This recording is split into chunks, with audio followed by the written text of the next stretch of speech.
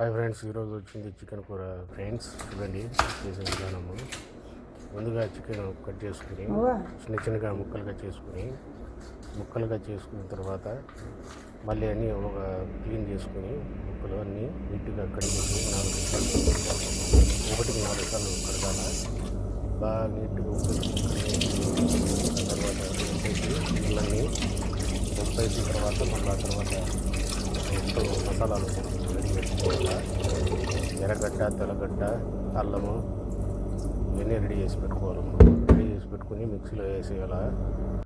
మిక్సీలో వేసి పచ్చిమిరపకాయలు కొన్ని అన్నీ మొత్తం ఎత్తి మిక్సీలోనే వేసేయాల. మిక్సీలో వేసిన తర్వాత మనము నీట్గా కొద్దిగా కొత్తిమీర కానీ వేసుకోవాలి. దాంట్లోకి టమాటా కానీ ఒకటి వేసుకోవాలి. వేసుకున్న తర్వాత మొత్తము మిక్సీ పట్టేసి దుగ్గుడుగా చేసుకోవాలా. అంతా నైస్గా లేకుండా, ఎక్కువగా నైస్గా లేకుండా దుగ్గుడుగా చేసుకోవాలా. అయిపోయిన తర్వాత పేస్ట్ అయిపోయిన తర్వాత ఈ ఎర్రగడ్డలు ఏవైతే ఉన్నాయో అవి ఒక పెట్టుకుని బాణీ పెట్టుకుని దాంట్లోకి నూనె వేసుకొని ఎర్రగడ్డలు వేసుకొని ఆనియన్స్ వేసుకుని బాగా బ్రౌన్గా వేగించుకోవాలి. వేగించుకున్న తర్వాత మళ్ళీ ఈ మసాలాలు అన్నీ మొత్తం వేసిన తర్వాత ఈ మసాలా పేస్ట్ మనం చేసుకున్నాం కదా, ఆ మసాలా వేసి దాన్ని వేయాలి. వేసిన తర్వాత పూర్తిగా శుభ్రంగా కాగేంత వరకు రెడీంత వరకు బాగా కలబెడతా ఉండాలి. ఈ యాగడ్లు వచ్చి బ్రౌన్ వేయాలి. దాంట్లోనే 2 యాలకులు, 2 ఇంత నల్లమిరియాలు వేసుకుంటే టేస్ట్ ఇంకా సూపర్గా వస్తుంది. మళ్ళా పసుపు కొద్దిగా వేసి బాగా ఉప్పు కొద్దిగా వేసి నీట్గా కలుపుకొని మనము నీట్గా బాగా బ్రౌన్ చేసుకున్న తర్వాత అదంతా మసాలా మనం వేసి పెట్టాము కదా, ఆ మసాలా వేసుకొని గ్రేవీలాగా సూపర్గా అవుతుంది. టేస్ట్ అయితే ఎక్స్పీరియన్స్ వస్తుంది.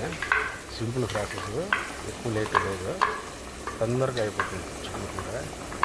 అది వేసిన తర్వాత బాగా కలిపి వేసినామా 10 నిమిషాల్లో లో ఫ్లేమ్లో పెట్టుకోవాలి. బాగా వేయించుకోవాలి. ఆ పచ్చివాసన మసాలా అంతా పోయేంతవరకు, పచ్చివాసన అంతా మసాలా అంతా పోయేంతవరకు ఈ విధంగా కొద్దిగా ఉప్పు వేసుకొని మనకు సరిపోయేంత ఉప్పు వేసుకొని టేస్ట్కి తగ్గట్టుగా ఇవి మనము వేసుకుంటాం. ధనియాల పొడి, కారపొడి కొద్దిగా వేసుకుని అది కొద్దిగా వేసుకుని నీట్గా మళ్ళీ తర్వాత చికెన్ వేసేయాలన్నాము.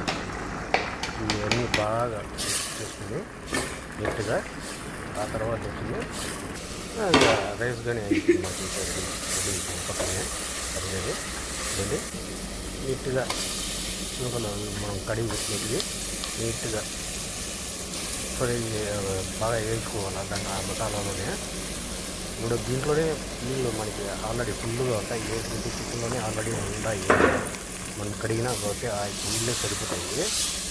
మీకు గ్రేవీ ఎక్కువగా కావాలంటే ఇంకొక వేసుకోవచ్చు, ఫుల్గా వేసుకోవచ్చు. ఎక్స్ట్రా కావాలంటే నేనైతే కొన్ని వేసాను.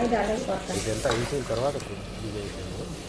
మళ్ళీ ఆకు కొద్దిగా ఉంటే సూపర్గా మిక్స్ చేసుకోవచ్చు. అవన్నీ ఇట్లా మీడియం పెట్టుకుని పెట్టుకుని నీట్గా తొందరగా ప్రాసెస్ అవుతుంది. లేట్ ఏం కాదు.